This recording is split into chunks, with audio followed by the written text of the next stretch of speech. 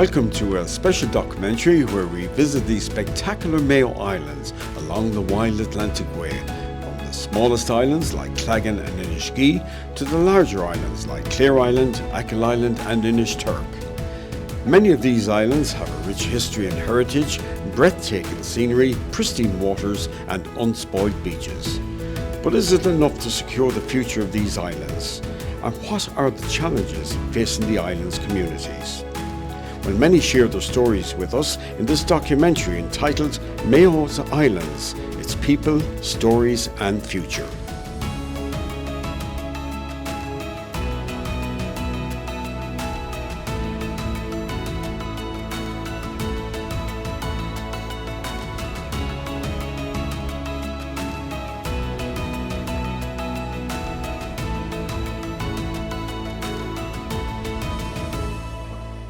Michael Cusick is the author of the book Patrick and the Islands of Clew Bay. The book describes each of the islands in the bay, providing historical and geographical facts. My grandfather was the last pilot of Clew Bay, along with people like Tommy Gibbons out on Inish Lyre. And he used to go out to Inishturk to the lighthouse, make his way out either by rowing out from Beg, which was about 4.5 miles, or he would go out and get a lift from Rossmoney across to the lighthouse. I got that interest from there. My mother was born in the Shebeen out in Beg, and while I spent 30 years in America, when I came back to Ireland, I spent a year researching every island in Clew Bay and discovered that there were in fact 142 islands.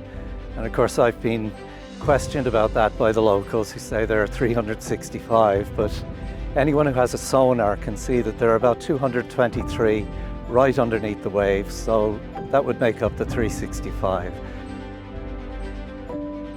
Over the year going out to the islands, what I found was during the famine, there were about 1,500 people living on the inner islands of Clew Bay, and about the same amount of people living on Clare Island. And over the years, especially after the famine, there were 35 inhabited islands during the famine, and now there are just 6.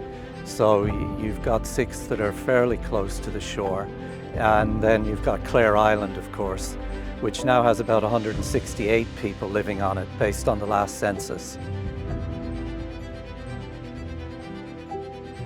The island of Dornish, which is called Dorinch locally, that was bought by John Lennon in the 70s when he came out from London with Yoko, and there's actually some interesting stories about it. They landed on the island on a helicopter, and when Yoko got out of the helicopter, the seagulls and terns were nesting there. There was a colony, and they swooped down on her head, and she ran back to the helicopter and said, "I'm never coming back."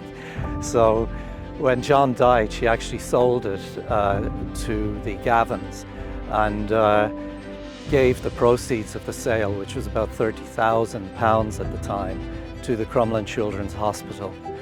But when John owned the island, he actually gave it to Sid Rawle, who was known as the king of the hippies. And Sid set up a commune out there, and about 25 was the maximum population. But over time that dwindled. So now Dorinch has been bought by a businessman who lives in Hong Kong and is hoping to build a house there. But it hasn't been inhabited for a long time.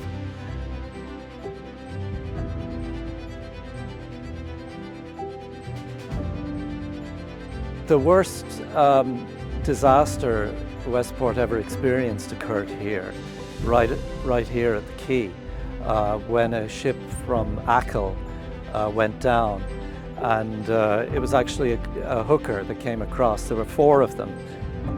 They were going to go to Scotland to pick potatoes, and a lot were children, 14-year-olds and so on. But the captain, when he turned the boat, it caught the sail and she went down, and 32 children were drowned. The legend has it that the first train to Achill brought the bodies of those children back to the island, and the last train brought the bodies of 10 people who were burned in a bothy fire in Scotland back to Achill. So it had that history. Of the other 42 shipwrecks out there, most of them would be around the Inishbiggle area. In fact, the story goes that there's one of them down there that has a lobster that has been living on the wreck for over 50 years, and it's so big it can't get out. Now, I told that story at one of the Historical Society meetings. Somebody in the audience piped up and said, yeah, I scuba dive. He said, I've seen the lobster, he's still there. So he's been there for 50 years. Collonmore Island is the largest island in the Inner Bay, and in 1851 the census recorded a population of 207 people living on the island. Today it has one resident, Kieran Collins, who runs a getaway adventure lodge business. I ended up coming to Collonmore through Glenann's Sailing Club. They had a base in Bear Island, they had one in Baltimore, and they'd this base here, the old sailing centre next door to our property. And that's where I first came to the island. I did a sailing course down in Baltimore to become an instructor, and when I came here in 1996, it was as a voluntary instructor and the bar manager. Now, my mother didn't speak to me for about 6 months because I left a very pensionable job in a company car to come to be a barman on a remote island in Clew Bay. But I had a plan when I finished my season here that I was going to start my own business. So that's what I did in 1996. I've been self-employed since then. So I continued to come back to the island every weekend. Every holiday I had, I'd come down to the island. To the point where I said, maybe I should be moving to Collonmore, moving to Westport, because I absolutely love the town of Westport. I love the people of Mayo, such a friendly and incredibly beautiful place. For 10 years I used to ask the landowner here, every time I'd meet him, I'd be on a sailing course and I'd be on the beach and the farmer would walk by and I'd say, PJ, will you send me a bit of land? And he'd just nod and smile and keep going. And this went on for about 10 years until eventually he said to me, I said the same old thing, PJ, would you send me a bit of land? And he stopped and he said, my wife will be in next week and she'll talk to you. So I met the wife, beautiful woman, and that relationship developed over a number of years, and finally they decided they would sell a plot of land to me here.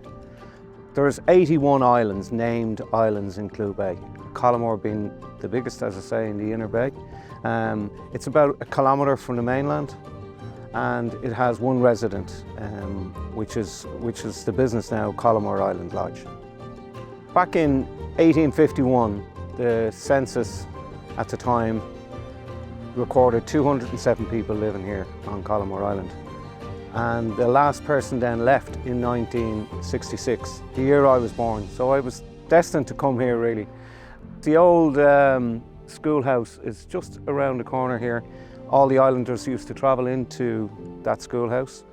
That closed in 2006 as the islands depleted, the numbers in the islands depleted. Unfortunately, the school had to close then. But it has been renovated and it's used now by the owner and the family and friends of the owner. And it's lovely to see the red door open and people in it again. There is other ruins dotted around, and mostly on the west side of the island, because that's where you would have got most shelter. Our prevailing wind is from the west. So we have an old sailing centre right next to us, Glenann's Irish Sailing Club, a club I first came to in 1996, and I spent many a good year in that sailing club. It was a place where people came to learn how to sail, but ended up meeting their wives and their partners. And it's where I met my own wife, and so it's a very special island for me. I have 4 beautiful kids from this island, so it's a very special place.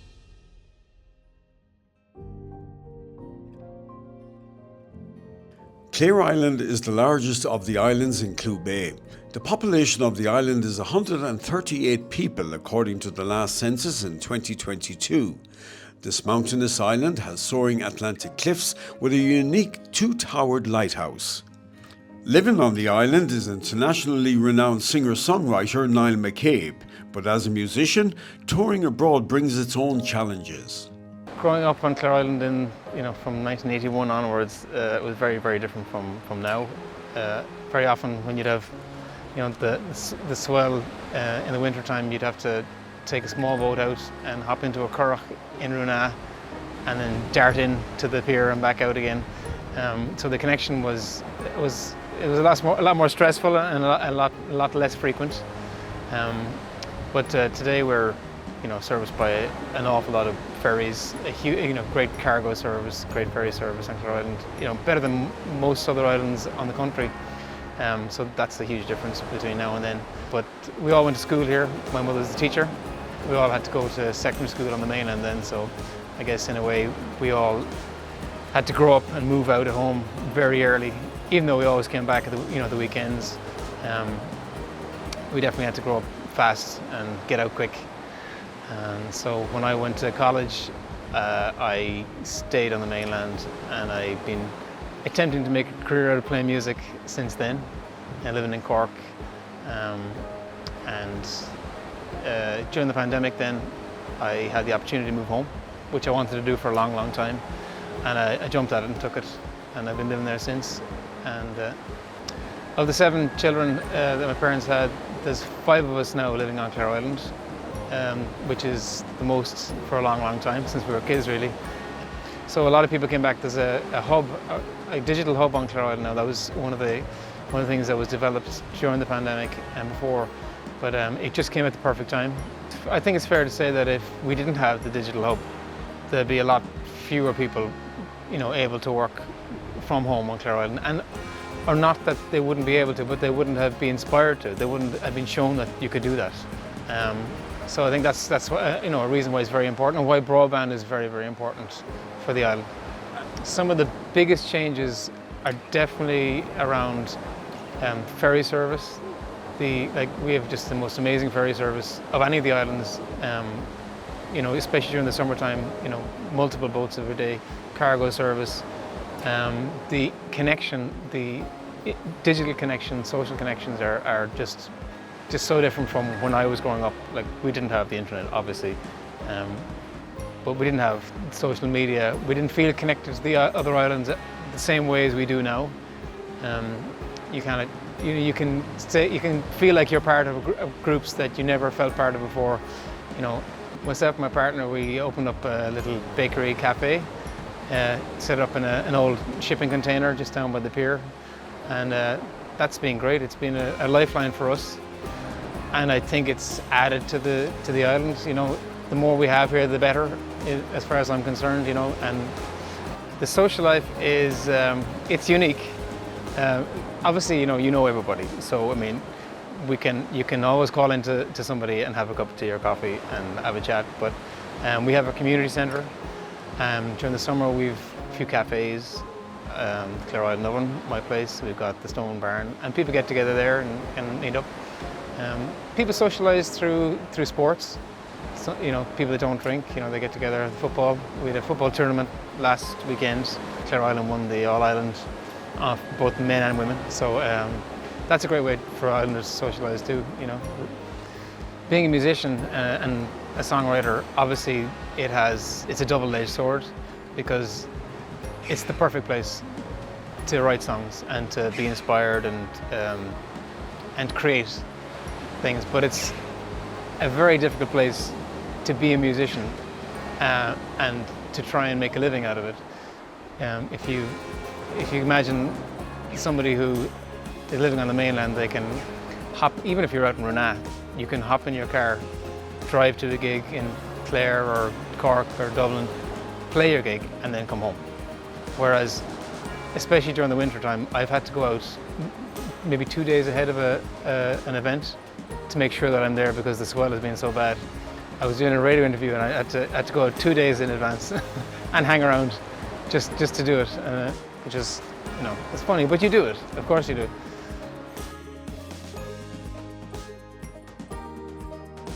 Inishturk Island is located 14.5 kilometres from the Mayo and Connemara's stunning western coastlines, with its beautiful stone walls, Portoon Harbour and a GAA pitch embedded in the scenery.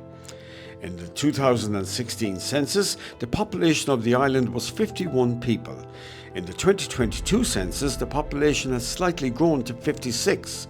So, can this upward trend continue and secure the future of the island?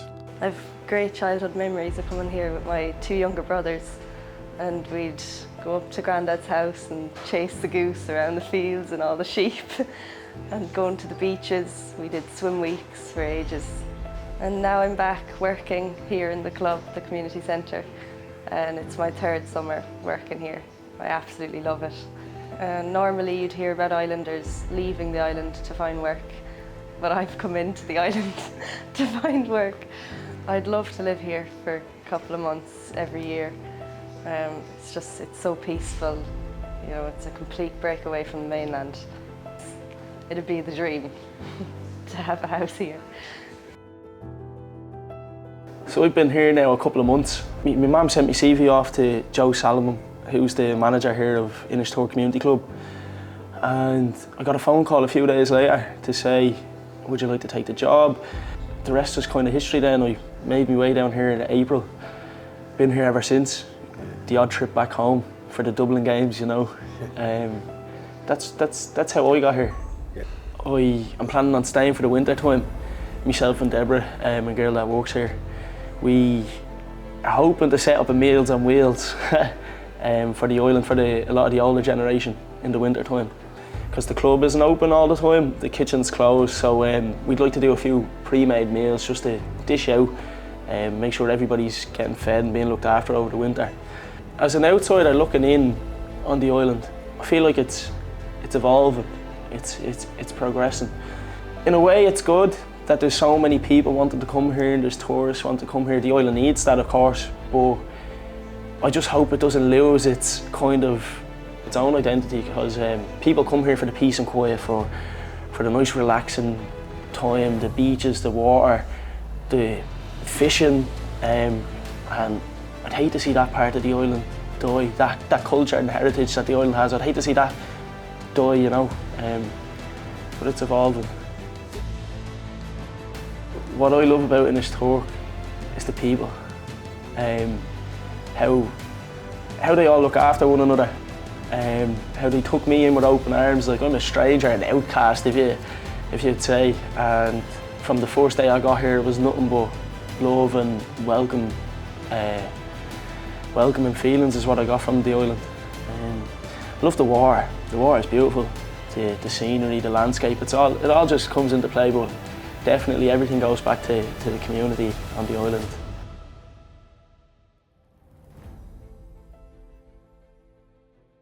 With a population of just 8, Claggan was officially declared an island in 1991. It's Mayo's newest island, and it's connected to the mainland by a narrow, sandy causeway separating Clew Bay from Blacksod Bay. In 1991 we had a high tides, high winds and full moon. 3 things came together and destroyed all the linkway.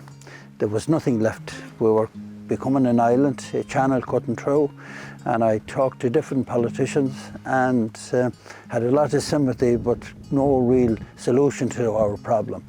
And I was having a conversation with a Seamus O'Mungan, a Teagasc advisor in Balmullis, a native of Dahoma, and Seamus says to me, would you be interested in doing supervision yourself if you got a FOSS scheme up and running? And I said, of course I would. How can that happen? And he said, there's a nudist man there, Donald McBride.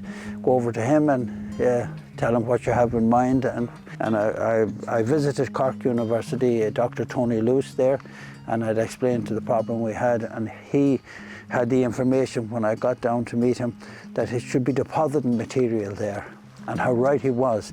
The plan was coastal protection, planting marden grass, stop the abuse that was happening of material being taken, and try and keep livestock off it, because there was a commonage over on the far side and cattle coming onto it, and then on the cattle from Claggan Island wandering over, and there was no chance of survival till that would have to be corrected. We started planting marden grass, getting it from a site up in Dula. Now there's a habitat, there's bird life, there is different slugs, surviving greatly there. We have a linkway in between the dunes and it's expanding rapidly. And it shows you what can be done by a bit of effort. Claggan Island is situated south of Belmullet town. We're situated between Belmullet and Achill. It's about 150 acres in size, where there's two families, ourselves, the Howards and the Ginley families, living here since the late 1800s. The main enterprise, I suppose, is farming, sucklers and to beef. In the recent years, the last 10 years or so, we've got into self-catering and glamping.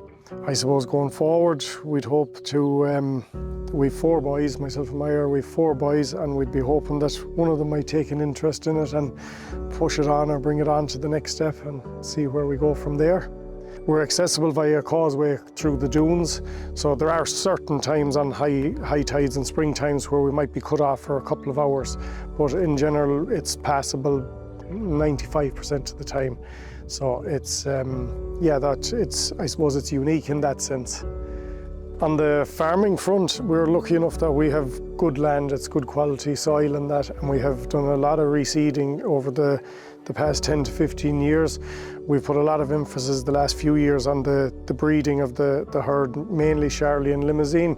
The herd is improving year on year, and I suppose it drives us a bit every year. You go out and the prices are improving. It drives you to push a bit harder and just try and keep it going. I suppose myself being qualified as a farm manager back in the late 90s, early 2000s, I suppose it was a plan of mine or a vision of mine just to move the farm along and try and develop the genetics and bring it forward. So we're involved in a few of the schemes, the genomic schemes and that over the years to try and improve the herd. And it's starting to pay dividends now. The quality of the stock is improving. It's visible there every year. You can see it improving. And hopefully going forward, we'll keep pushing it along. And you know, everyone is dreaming of the big day out at sales and whatnot, and I suppose that's what drives you. If it used to be the €1,000 weanling, but unfortunately the €1,000 weanling anymore won't sustain you. You have to be aiming higher. So thankfully we broke that there about 4 or 5 years ago, and we've grown it every year since. So it's every year the bar is set higher, and we keep trying to break it. The Inish G Islands are located 3 kilometres off the coast of Blacksod Belmullet, and they're believed to be named after a saint that lived on the island called St. Cian. There are 2 main islands, Inish G North and Inish G South. In the 1900s, the island's population had around 300 people. Then following a drowning tragedy in 1927, in which 10 of the island's fishermen drowned during a severe storm, the remaining islanders abandoned their homes and moved to the mainland.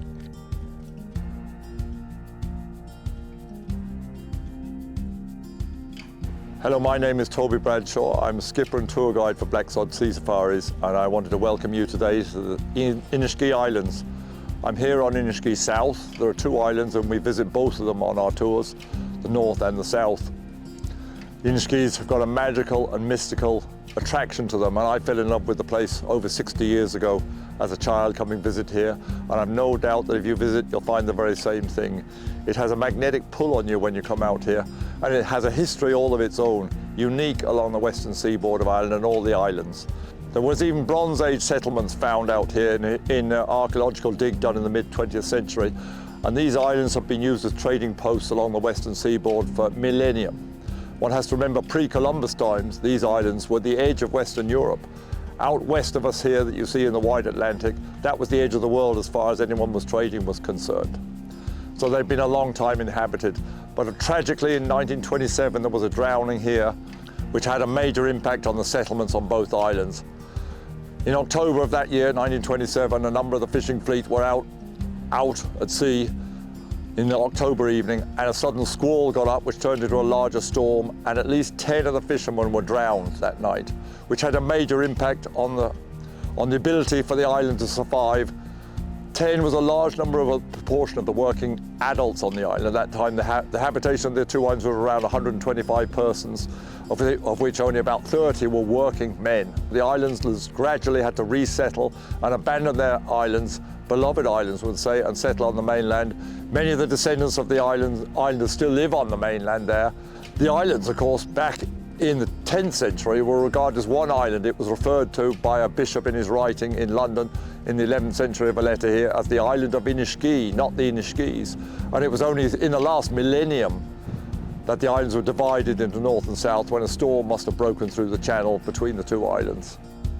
When we land on the islands, we take you on a tour and we show you the historical artifacts still remaining here, the early Christian stone slab that's engraved on the old graveyard that's here, and right up to see the hill and the navigation towers. And I've no doubt on the tour around the island on the boat we'll show you much of the wildlife here, seals, dolphins, and if we get lucky we'll even have a whale on your doorstep. They also invited in 1908 a Norwegian company here to set up a whaling station. And that's set up on Roshi, the island attached here to the South Island. It is an island on itself. At low tide, there's a causeway attaches the two of them together. They set up that island station. And for about 10 years, they were catching blue whales, minke whales, humpback whales, but unfortunately, in that short period of time, they had it fished out. And it's only now we're seeing a slight comeback in those type of species around these islands. You'll see when you land on here all the lazy beds of the island where the agricultural practices were carried out, growing potatoes and their corn, oats, whatever other they needed for sustenance. Of course, it was mainly fishing and subsistence farming that they survived upon. And now the islands are still farmed by members or descendants of those same families that lived out here with both sheep and cattle. And every year you could be lucky enough to arrive here on the pier when sheep or lambs are being moved off the pier or shearing is taking place. There's a great tradition of lighthouse keeping here in the locality in Blacksod. Some names that spring to mind are the Gorhans, the Heenahans and the Sweeneys, and even the Sweeneys who still live in Blacksod.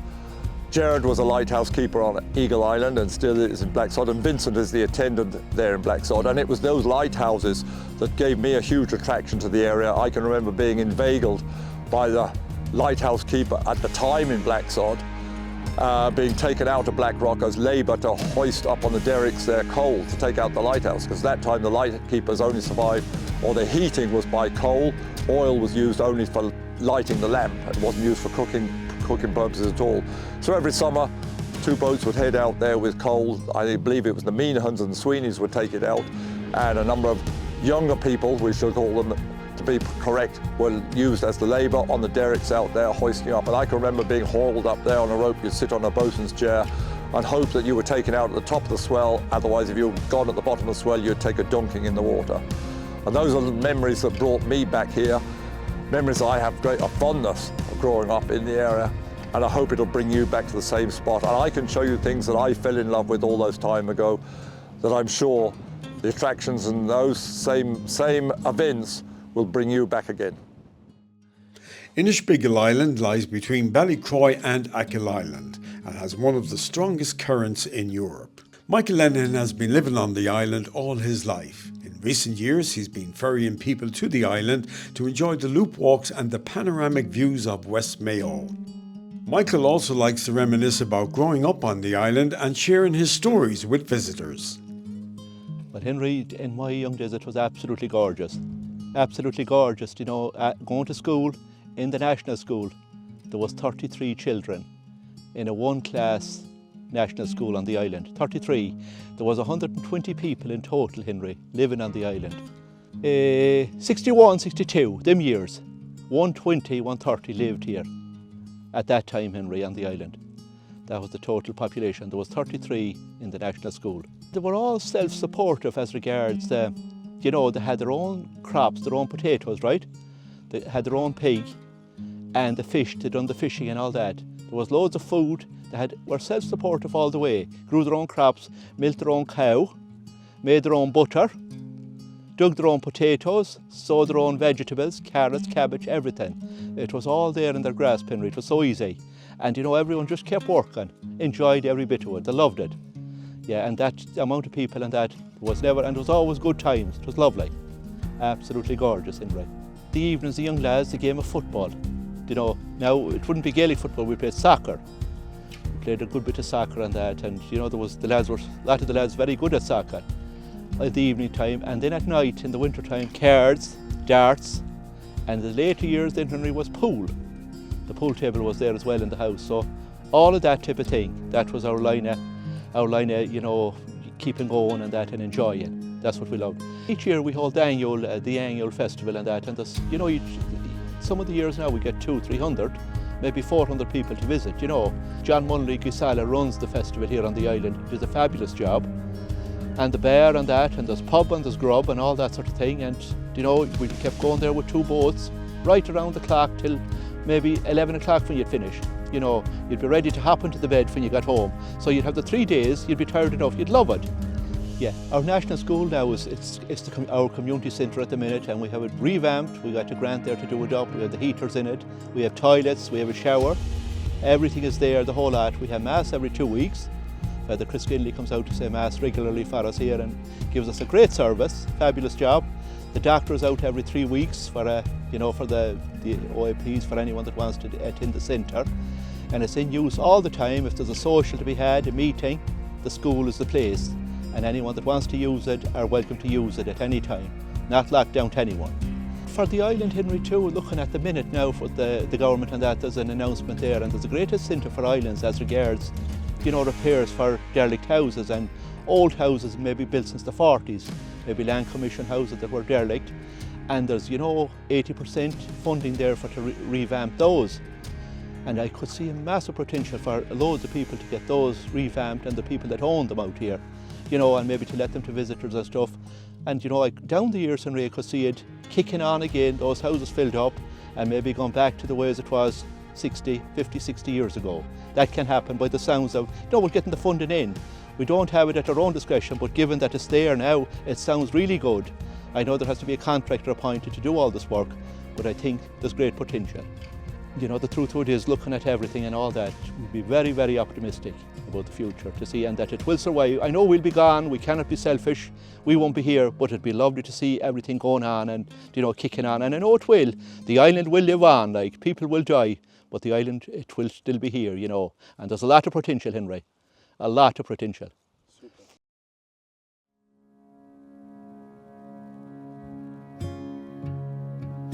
Achill Beg is a small island south of Achill Island. It is steeped in history.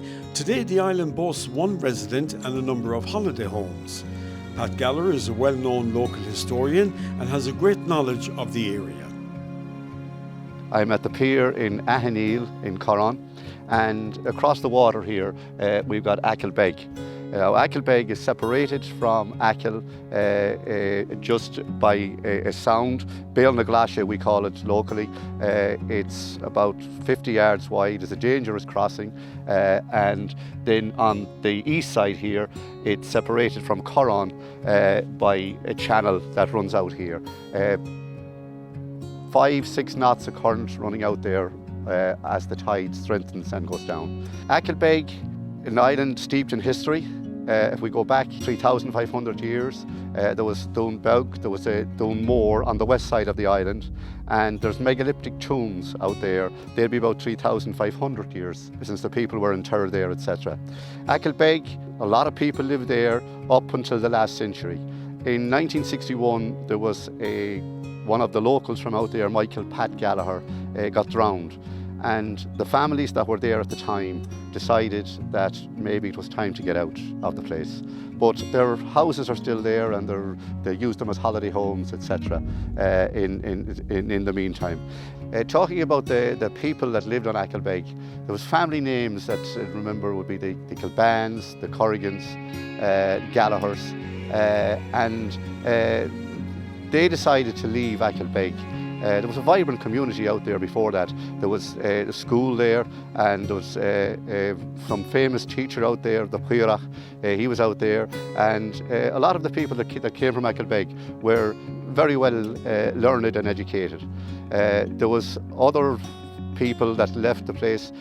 Think of a Jimmy Kilban. Jimmy Kilban was, he went to Cleveland and he became a world featherweight champion boxer. And so that's some of the people that left Achill Beg. A lot of people owe their roots to Achill Beg. And every summer they have a gathering for one day on Tráinabo Jerriga, which is the strand here on the east side of the island. They set up a bar, and the last couple of years there was up to 400 people joined for that particular day. And these were all people that their roots would be in Achill Beg. In further history, when Westport was a trading port, a big trading port, the pilots used to come from Achill Beg and they'd actually board the boat and bring them into Westport. So there was a trading history between Westport and Achill Beg as such. That moved later into Inishturk. The pilot used to come from Inishturk, but before that it was Achill Beg. At its height, there would have been a couple of hundred people living on Achill Beg, and it's in the Atlantic as such, and the fishing around Achill Beg would be phenomenal insofar as that all types of fish. Some of the anglers go out here now to get 13 and 14 species west of Achill Beg. So that particular, it would be very rich, the sea would be very rich. The main way they survived out there was basically the sea. They took the harvest from the sea, but they also, it's very, the land in it's very good. So from a point of view of vegetables and all that type of stuff, they survived pretty well, and all through the famine they survived out there pretty well. There was some wrecks there as well. There was just on the west side of the island, there's a point that's called Gobba, and the Ginny was a boat that actually got wrecked there. It's still called Gobba, the point where the Ginny boat went down. You couldn't get a place that is more steeped in history, and you know, I can see that people would go out and visit Achill Beg, especially the old tombs, the old forts, etc., etc. And like it's history that's there to be seen, you know. So that's what So hopefully that, you know, as we develop the west coast as a tourist situation, the likes of Achill Beg would be, I think, paramount to that, you know. Achill Island farmers have been grazing sheep on Achill Beg for many years. Jim Quigley is the only resident on the island, and he talks about what life is like on Achill Beg. People wonder about living on your own, but it's not. You're no more on your own than you'd be if you lived up a road anywhere in Mayo. Like, it's 20 minutes, say, from this house in normal weather to my car. And my neighbours really, Kilbans in Collonmore, you know, I see them as often as anyone would see their neighbours, really. Mobile phones and good outboards have changed island living, I think. Utterly different from, like they say that the old people, when they left Achill Beg, the young people wanted to leave. The old people would have stayed on if they were able to manage the boats. Now, boats were much more difficult to manage then. They're a lot easier now. I'd say I spend a good half of my time on the island simply looking after myself. You know, between cooking and cleaning and washing and ironing and coming and going and getting fuel. I've oil-fired central heating. The oil has to be carried. Everything else has to be carried. So a good bit of the time is just, you know, getting fuel and getting, well, water. We have it falls from the sky. But well, for the future, I suppose I'm a bit afraid of getting old myself and not being able to manage. I don't know how long.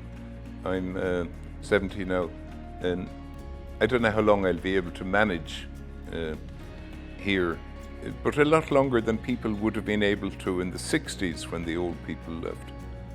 And sometimes I say to myself, well, you know, as far as, in a sense, if the island is to be repopulated or developed, it's kind of a pioneering thing. So, I don't know, I'd be hopeful that in my lifetime the school here might be back in action. Primary school, I don't see why not? The internet, mobile phones, and you know, the whole outboards boats, they've improved so much that it makes a huge difference.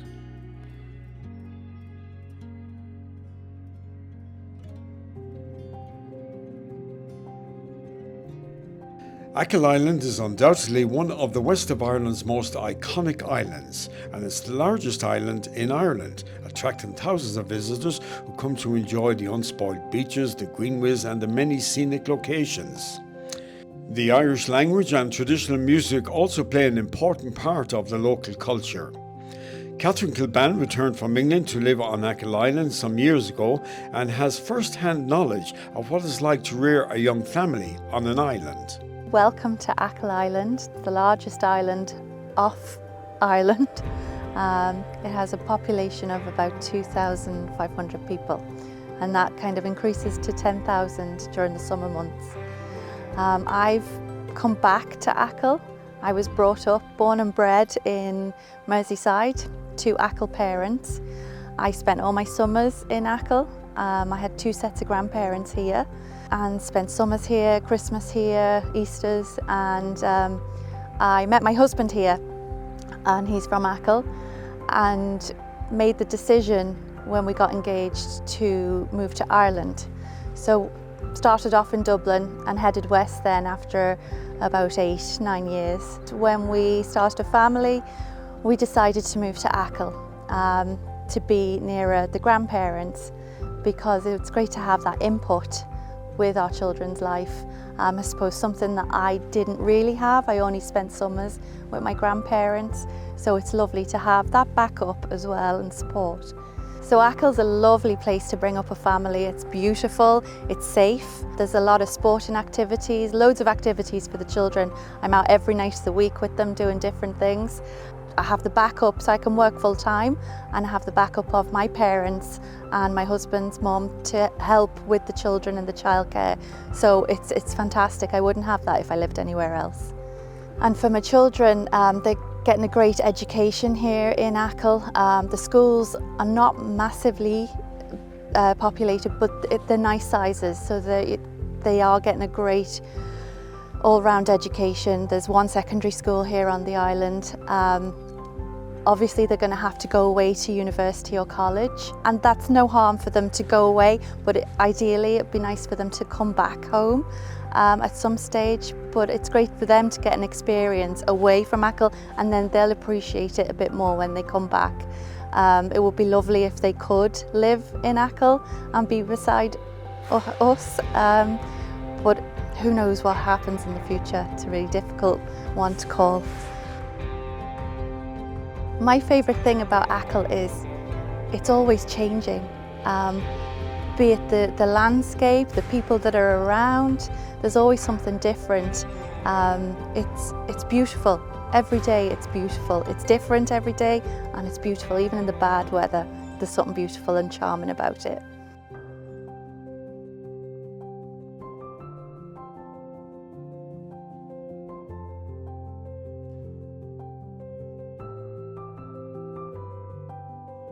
There is no doubt the Mayo Islands are truly magnificent, and we're so fortunate to have them dotted along the Mayo coastline. And I would recommend a trip to any of these beautiful islands where Céad Míle Fáilte awaits you. So until next week at the same time, slán go fóill.